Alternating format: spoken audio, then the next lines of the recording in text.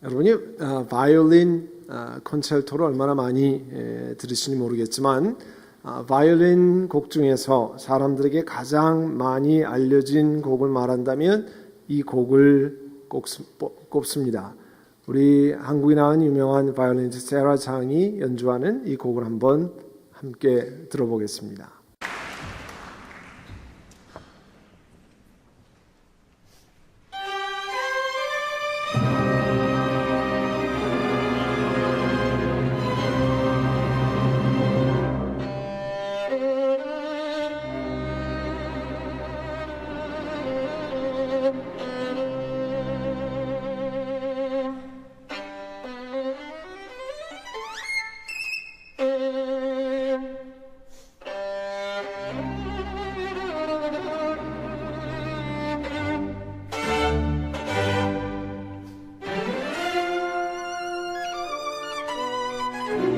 많이 들으셨던 거죠?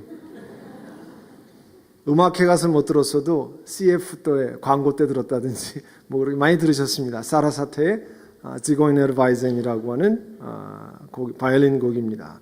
여러분 지고이네르 바이젠이라고 하는 것은 사실 독일어입니다. German인데요. 지고이네르라고 하는 것은 지고이너라고 하는 것은 유럽에서 유랑하는 집시를 말합니다. 독일어로 부를 때 지고이너라고 불러요.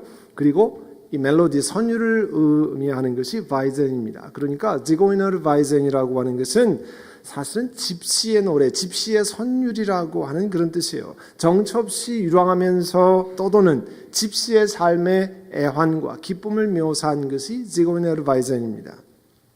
이 바이올린 곡은 스페인의 작곡가이고 천재 바이올리니스트라고 하는 파블로 사라사테가 작곡하고 연주했습니다. 전 세계 사람들이 오랫동안 이 바이올린 연주곡으로는 이 집시의 선율을 그렇게 사랑합니다. 이게 19세기에 작곡된 거니까 100년 이상 많은 사람들이 연주되고 사랑을 받았습니다. 그런데 사실 집시의 선율이라는 것을 바이올린 곡으로 사랑하지만 그러나 삶 속에서는 완전히 다른 이야기예요.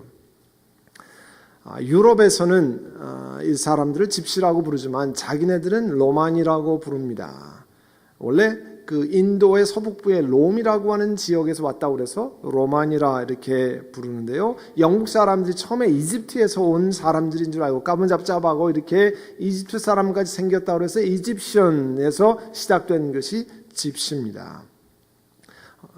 프랑스에서는 보헤미안이라고 부르고요. 아까 말씀드린 것처럼 독일에서는 지고이너라고 부릅니다. 이들이 인도 북부 지방을 떠나서 유랑을 시작한 것이 9세기, 10세기니까 1000년 이상 이렇게 헤매면서 다니는 민족이에요. 유럽에 약 200만 명에서 400만 명 있을 것으로 추정이 됩니다. 이들은 참 슬픈 민족이에요. 왜냐하면 2차 대전에 독일군이 수많은 유대인을 학살할 때 독일군이 이 로마니도 죽이라고 히틀러가 명령을 해가지고 수많은 사람들이 죽음의 캠프에서 죽어갔습니다. 역사학자들의 이야기에 하면 2차 대전 발발 전에 약 유럽에 100만 명 정도의 로마니가 있을 것으로 생각이 되는데 그 중에 4분의 1, 25만 명 가까이 된 사람들이 죽음의 캠프에서 죽어갔습니다. 한 맺힌 사람들입니다. 그런데 지금도 사람 대접을 못 받고 살아갑니다. 소외된 민족입니다. 헝가리에서 이 로마니를 섬기는 선교사님이 저희 교회에 와서 금요일 날 선교 보고를 했는데요. 그들에 의하면 헝가리 교회에서는 교인들이 이 로마니는 교회에 오지 말라고 그런다는 거예요. 목사님들이 앞장서서 교회 오지 말라는다는 거예요. 왜 그러냐면 이 사람들이 교회에 오면 헝가리 사람들이 교회에 안 온대요. 그래서 할 수 없이 당신들이 교회에 오지 말고 따로 당신들끼리 모여라 이렇게 이야기를 한다는 거예요. 전 세계에서는 이렇게 사람들을 종족, 언어, 모습, 그 다음에 삶의 형태, 문화를 가지고 심하게 차별하는 일이 오늘도 일어나고 있다는 거예요. 우리 함께 읽은 마가복음 10장에 여러분 10장에 집에 가셔서 오늘 본문 뒤에를 계속해서 읽어보시는데 끝까지요. 본문 다음에는 재산 문제를 때문에 예수님 말씀을 수행할 수 없는 젊은 부자의 이야기가 나옵니다. 또 그 이후에 예수님을 따르는 사람들에게는 도대체 어떤 것이 기대되느냐 하는 문제를 다루고 있어요. 그 다음에 예수님이 마가복음 8장에 가면 처음으로 자기를 따르는 사람들에게 내가 고난받고 채찍맞고 십자가 달리셔서 죽으셨다가 3일 만에 부활하신다고 하는 첫 번째 죽음의 예고를 하고요. 두 번째 9장에 죽음의 예고를 하고 오늘 마가복음 10장에 세 번째 예수님이 십자가에 달리셔서 돌아가셨다가 3일 만에 부활하신다고 하는 이야기를 합니다. 그 다음에 이 얘기를 듣고 나서도 예수님이 고난받고 죽으신다고 하는 이야기를 듣고 나서도 제자들의 대표격이라고 하는 야고보와 요한이 물었어요. 선생님 우리가 요구한 거 뭐든지 좀 들어주시기를 바랍니다. 그런데 뭘 들어달라는 거예요? 높은 자리에 올라가는 것, 굉장히 귀한 자리에 올라가는 그것을 도와달라는 거예요. 이 야고보와 요한의 이야기를 듣고 제자들이 분노해서 야 니들만 높은 자리에 올라가냐? 우리는 뭐 하는데 우리도 높은 자리에 올라갈 거나 해야 될 것 아니냐? 화가 났습니다. 그때 마가복음 10장 45절에 예수님이 말씀하십니다. 인자가 이 땅에 온 것은 예수님이 이 땅에 온 것은 섬김을 받으려 함이 아니라 섬기러 왔고 많은 사람들을 구원하기 위해서 내 목숨을 자기 이 랜섬 머니 이 대가로 치르기 위해서 왔다 이렇게 이야기를 했어요. 그리고 마가복음에는 시사적으로 맨 마지막에 눈먼 바디메오가 눈을 뜬 다음에 어떻게 했느냐를 이야기로 10장의 맨 마지막을 마치는데요. 맨 마지막에 눈먼 사람 바디메오가 예수님 때문에 눈을 뜬 다음에 그는 예수가 가시는 길을 따라 나섰다. 예수가 가는 길이 어디예요? 고난받는 힘든 길, 그 길을 따라 나섰다라고 이야기를 합니다. 우리가 예수님의 자녀라고 고백하고 하나님의 자녀라고 고백하고 예수님을 따르는 사람이라고 이야기합니다. 그러면 하나님의 나라에 합당한 규율이 있다는 거예요. 우리가 치노힐스에 살면 우리 교회도 치노힐스의 규정에 따라야 합니다. 우리가 캘리포니아 살기 때문에 캘리포니아의 프리웨이의 스피드 리밋에 다 따라야 돼요. 그런 것처럼 그런 하늘나라의 규율이 있는데 하나님께서 오늘 말씀을 통해서 우리가 어떤 사람 되기를 원하느냐 하는 것을 가르쳐 주신다는 거예요. 13절의 말씀에 보면 사람들이 어린이들을 데리고 나왔습니다. 그리고 예수님 좀 쓰다듬어 주시기를 원합니다. 단순히 그냥 뭐 쓰다듬어 주는 건 아니죠. 그런데 제자들이 보고 어른들을 바쁘신 예수님한테 이게 뭐 하는 짓이냐고 막 쫓아보내려고 그랬어요. 당시 예수님은 하나님 말씀을 가르치는 랍비의 한 사람으로 인정을 했는데요. 당시에 유명한 랍비는 어린 아이들을 데리고 와서 부모들이 우리 아이에게 좀 축복해 주십시오 이런 이야기를 많이 했다는 거예요. 그래서 아마도 예수님 앞에 아이들을 데리고 부모들이 줄을 쭉 서서 축복을 받기 원했던 것 같습니다. 그런 일이 많았어요. 늘 그러니 어제도 있었고 아까 오전에도 있었고 이따가 저녁에 딴 동네 가면 또 그런 일이 있을 거기 때문에 제자들이 아유 절로 가라고 아마 그랬을 거예요. 이해할 수 있는 거죠. 그렇지만 제자들의 마음 가운데는 예수님께 중요하지 않은 사람이 없다 하는 예수님, 소외받은 사람들을 품으신 예수님에 대한 생각이 별로 없었던 거예요. 소금장수 강경환이라고 하는 사람이 있습니다. 이 강경환이라는 사람은 초등학교 6학년 때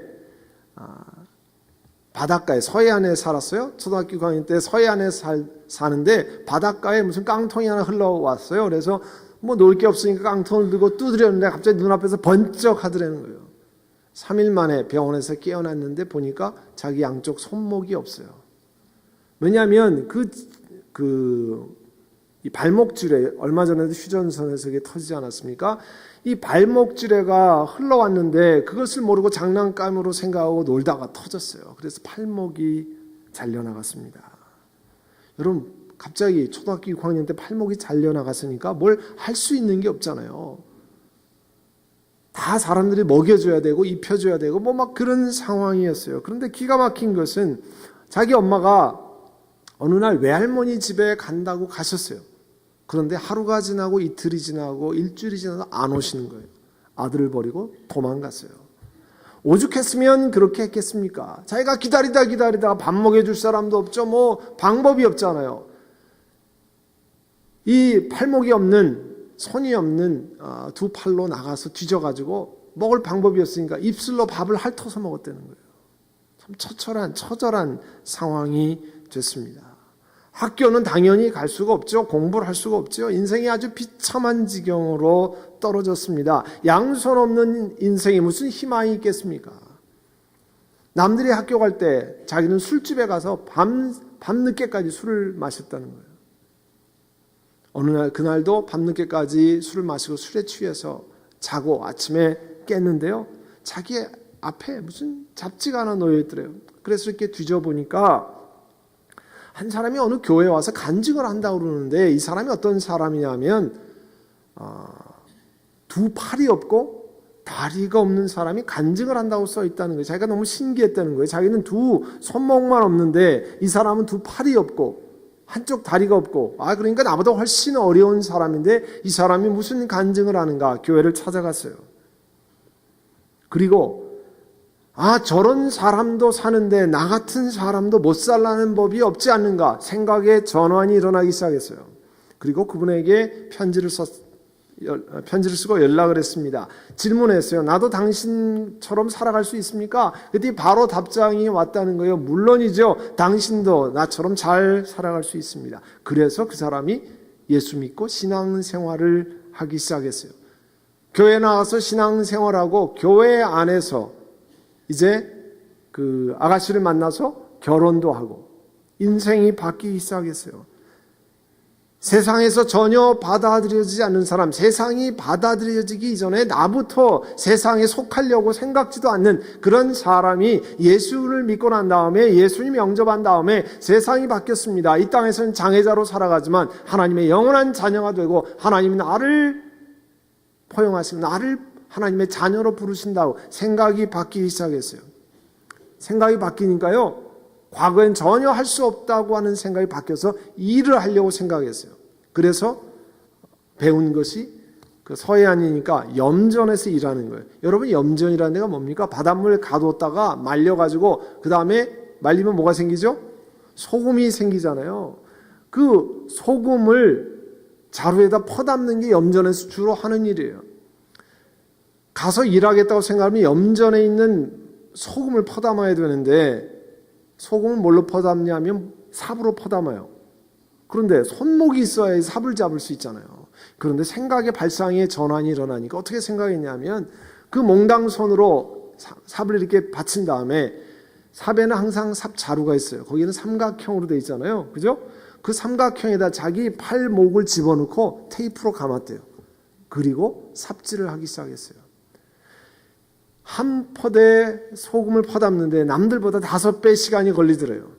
그 얘기는 무슨 얘기냐면, 남들과 똑같은 일을 해내려면 5배만큼 열심히 일해야 된다는 거였어요. 그렇게 해서 사업을 하기 시작해서 염전을 빌려서 떼부자가 됐다, 그런 소리가 아니에요. 그렇게 시간이 걸리니까 너무너무 어렵게 해서 겨우겨우 살아갈 만큼 소득을 올리면서 살아갔어요. 근데 이분이 귀한 게 뭐냐면, 연말이 되면 트럭에다가 자기가 그렇게 애써서 수고하고 남들의 5배 시간과 노력을 들어서 했던 그 천일염을, 30kg짜리 천일염을 달아서 동사무소에 기증을 하는 거예요. 우리 동네에서 어려운 사람들에게 한 포대씩 무료로 나눠주십시오. 그래서 아무도 모르게 그 소금 푸대를 10여 년 이상 어려운 독거 노인들, 힘든 사람에게 나누어 주었다는 거예요. 그분이 무슨 얘기를 했냐면, 노력 중요하지만 하나님 앞에서 인내하는 게 참으로 중요하다는 것을 깨달았습니다, 고백하고요. 그가 보는 성경책에 빨간 밑줄이 써 있는 것은 우리가 잘 아는 성경 구절이에요. 게으른 자여 개미에게로 가서 그 하는 것을 보고 지혜를 배우라. 손을 게으르게 놀리는 자는 가난하게 되고 손이 부지런한 자는 부하게 되느니라. 여러분, 두 손 없이 소금을 만드는 사람, 그렇게 만들어서 그 소금으로 자기보다 더 어려운 사람에게 그리스도의 사랑을 전하는 사람, 세상에서 배척받은 사람이었습니다. 아무도 알아주지 않는 사람이었습니다. 그러나 예수 그리스도께서 그를 만나주신 다음에 그 인생이 바뀌었어요.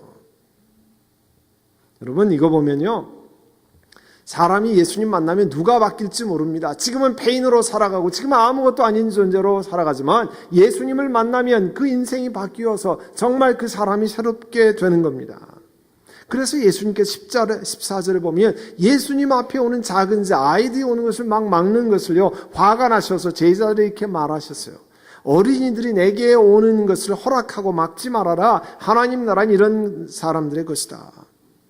여러분, 하나님은 작다고 생각하는 사람들, 알려져 있지 않은 사람들, 연약한 사람들을 기뻐 만나시고 돌보신 분이십니다.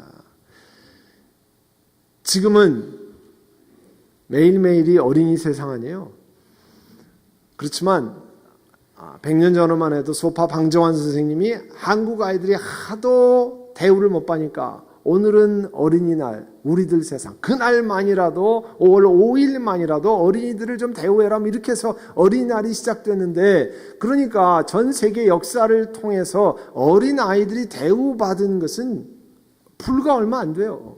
다 미약한 존재로 별로 사람으로 간주하지 않는 그런 시대에 있었습니다. 근데 오늘날 날마다 어린이 세상과 같은 우리 한국과 미국의 이런 세상만 있는 것이 아니라 전 세계 아프리카, 아시아, 그 다음에 남아메리카에 가면 지금도 10살도 안 된 아이들이 7살, 8살이 어른과 같이 하루 종일 노동하고 학교는 뒤로 하고 노동해야 하는 그런 children labor 시장이 엄청나게 펼쳐져 있고요. 그런 아이들을 사고 파는 어른들이 그렇게 많이 있습니다. 자그마치 6천만 명에서 8천만 명, 60 혹은 80 밀리언 children이 이 레이버에 동원되고 있어요. 우리 영상을 하나 보도록 하죠.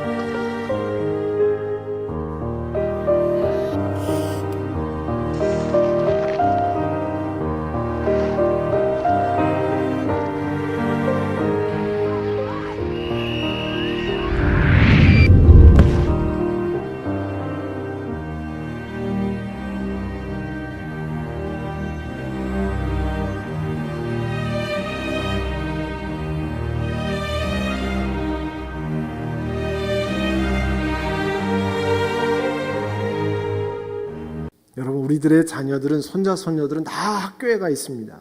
다 거기 가서 열심히 놀고 아이들과 뛰놀고 공부하고 잘 먹어주는 것만 너무너무 감사하고 좋아하는 일입니다. 그러나 같은 아이들이 7살, 8살 아이들이 채석장에 가서 하루 종일 돌을 깨고 학교는 근처에도 가보지 못하는 일들이 지금 일어나고 있는 일입니다.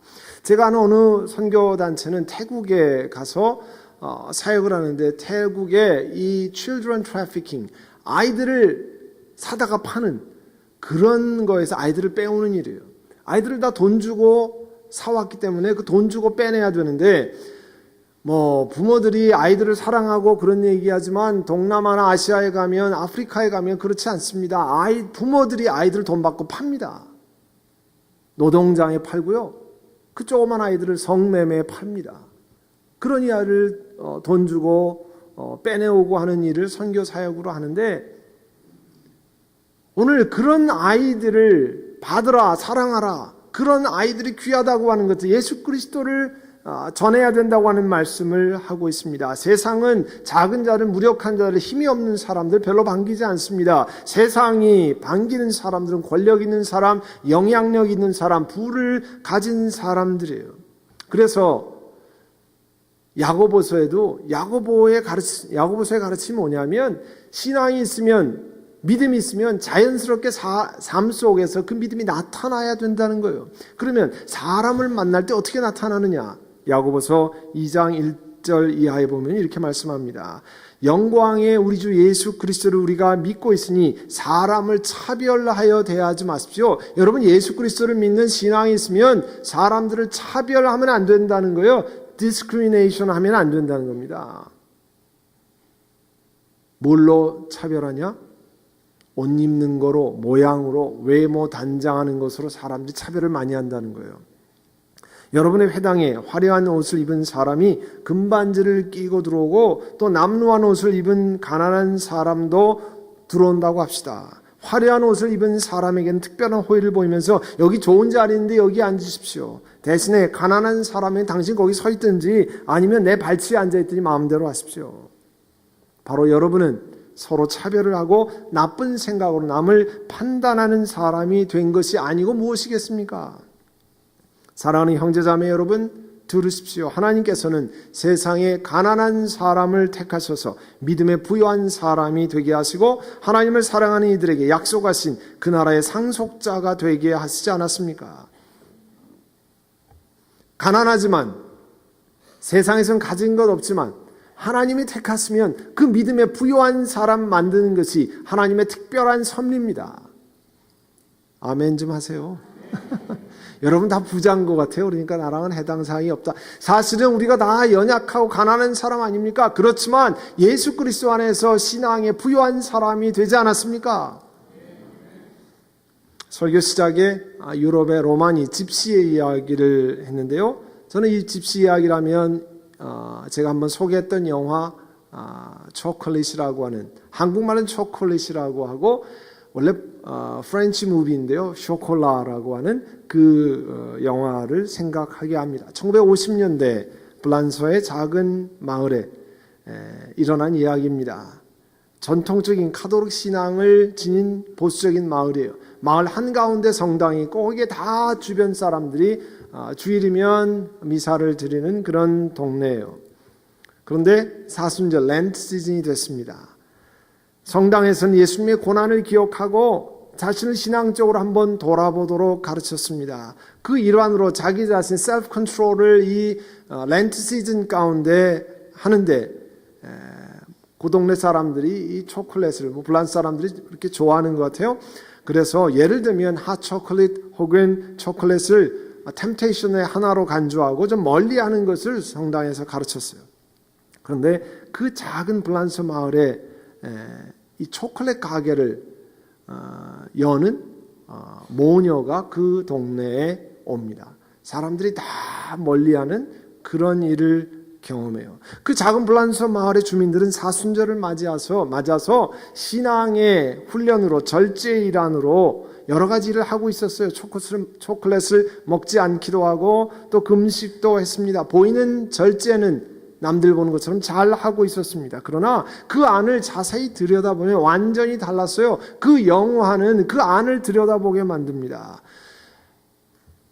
성당에 와서 신앙생활 열심히 하고 금식도 하고 초콜릿을 멀리하기도 하고 하는데 자기 집 식구들은 돌보지 않고 가정이 멍들어가고 동네에 사는 신앙인들을 전부 프레주디스, 편견으로 편가르기 하는 그런 모습을 보여줍니다. 그 동네에 이 로마니 집시들이 들어왔어요. 성당에서는 그 사람들은 혐오스러운 에이티스트, 무신론자들이라 외면하면서 그 사람들을 왕따시키는데 성당에서 앞장섰어요.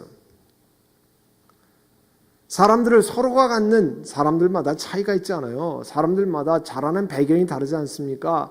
또 자기의 익숙한 것이 다르지 않습니까? 서로가 갖는 차이를 넘어서서 아픈 관계를 다 넘어서서 사랑하게 만드는 사람은 정작은 예수 믿는 그 사람들이 아니고 그 동네에서 이방인 취급을 받는 초콜릿 상점의 여주인이었습니다.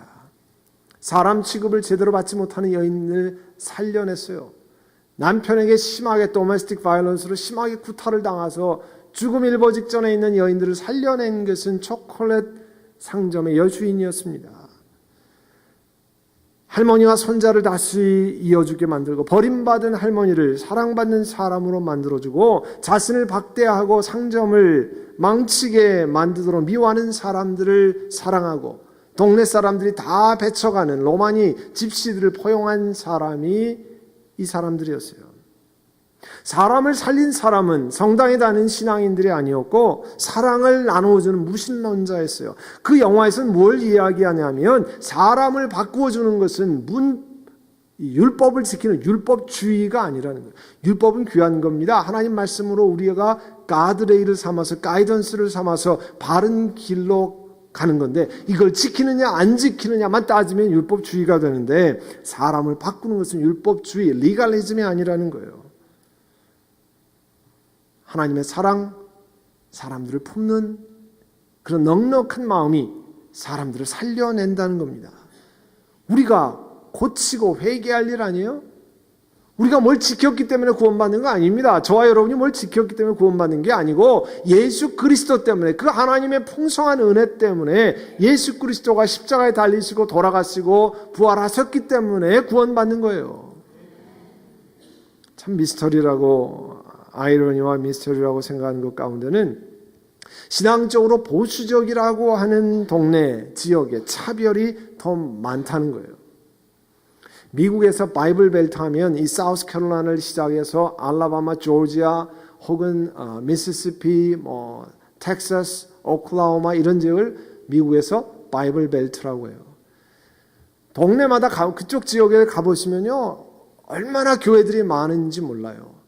많은 곳에 처치 스트리트가 있습니다. 거기 보면 감리교, 침례교, 장로교, 에피스코팔 쫙 있어요. 주일이면 동네 사람들이 쫙 정장을 하고 다들 교회로 몰려듭니다. 엄청나게 많은 사람들이 교회에 옵니다. 그런데 여러분 아시는 것처럼 미국에서 노예 제도를 지지한 것은 남쪽에 있는 바이블 벨트에 있는 사람들이에요. 백인들이에요.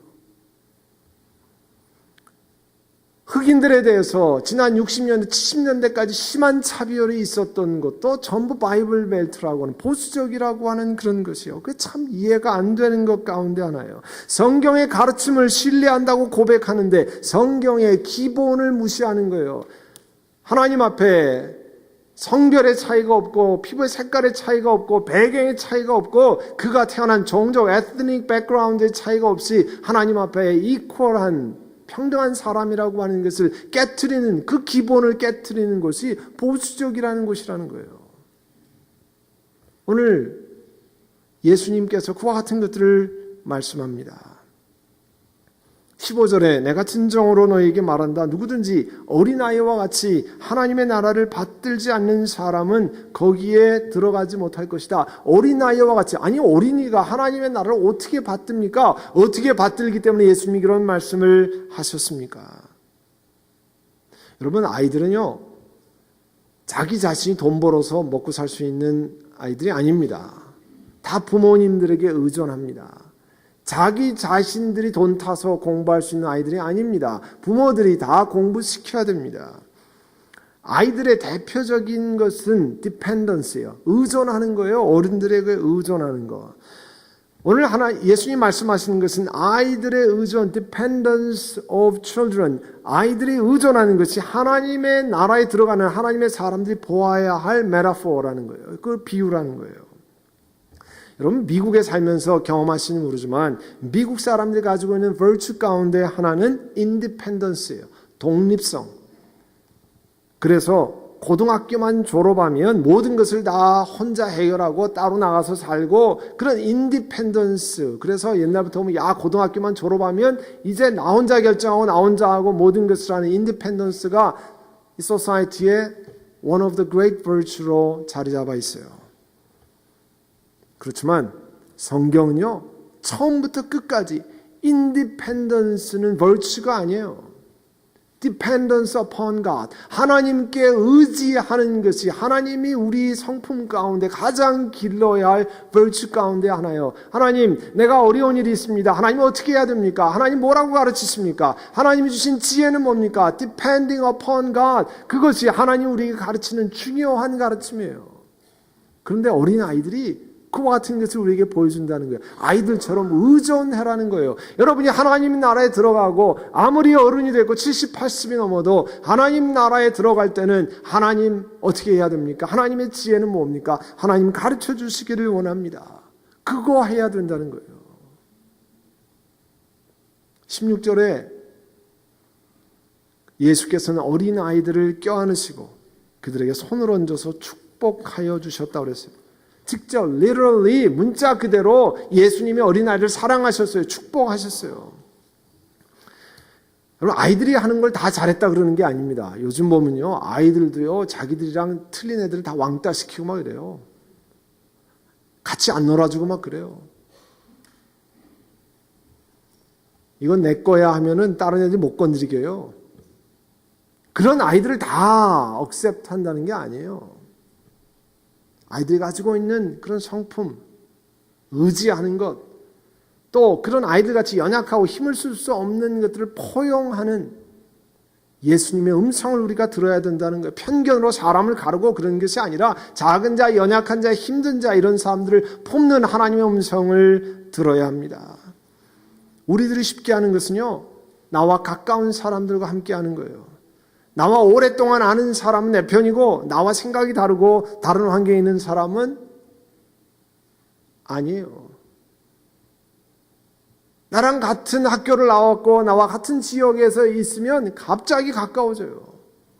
우리가 남이가 해가지고 그 다음엔 다 내 편이에요. 그 사람 무슨 소리 해도 다 내 편이에요.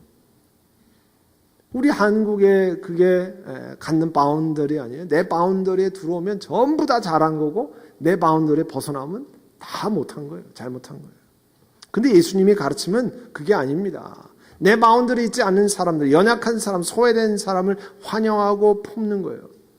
여러분 쉽게 실천할 수 있는 것 가운데 하나는 뭐냐면 이따가 이제 친교실에 가시면 라운드 테이블이 있습니다. 라운드 테이블에 나랑 전혀 알지 못하는 사람과 앉아서 밥 먹는 게 쉬운 일입니까? 어려운 일입니까?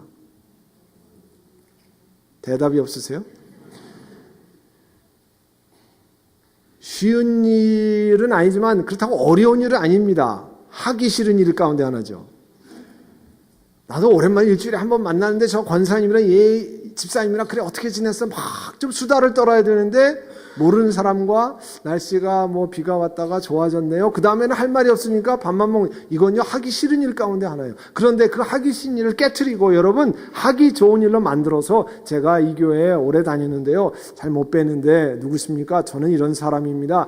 식사하시면서 그렇게 하는 것도요. 다른 사람을 품는 작은 사람을 품는 중요한 일 가운데 하나입니다. 자신보다 훨씬 더 어려운 사람들을 만나서 힘겹게 만든 소금을 사랑으로 나눠주는 사람처럼 율법주의가 팽배한 동네에서 초콜릿을 하나씩 나눠주면서 사랑이 메마른 사람들 사이에 사랑을 싹 틔우는 여인처럼 오늘 우리 선한목자교회 교우들은 예수 그리스도의 사랑을 먼저 경험한 사람들이 먼저 마음문을 열고 다른 사람들을 포용하고 embracing others, 나와 다른 사람들, 나와 백그라운드가 다르고 나랑 생각이 다른 사람들과 함께 사랑하고 참으로 아이들을 통해서 가르치시는 예수님 작은 자, 어려운 자, 힘든 자, 소외된 자를 찾아가서 우리 교회로 인도하고 예수 그리스도의 사랑으로 인도하는 그런 역할을 다 하신 여러분 되시기를 바랍니다. 기도하겠습니다.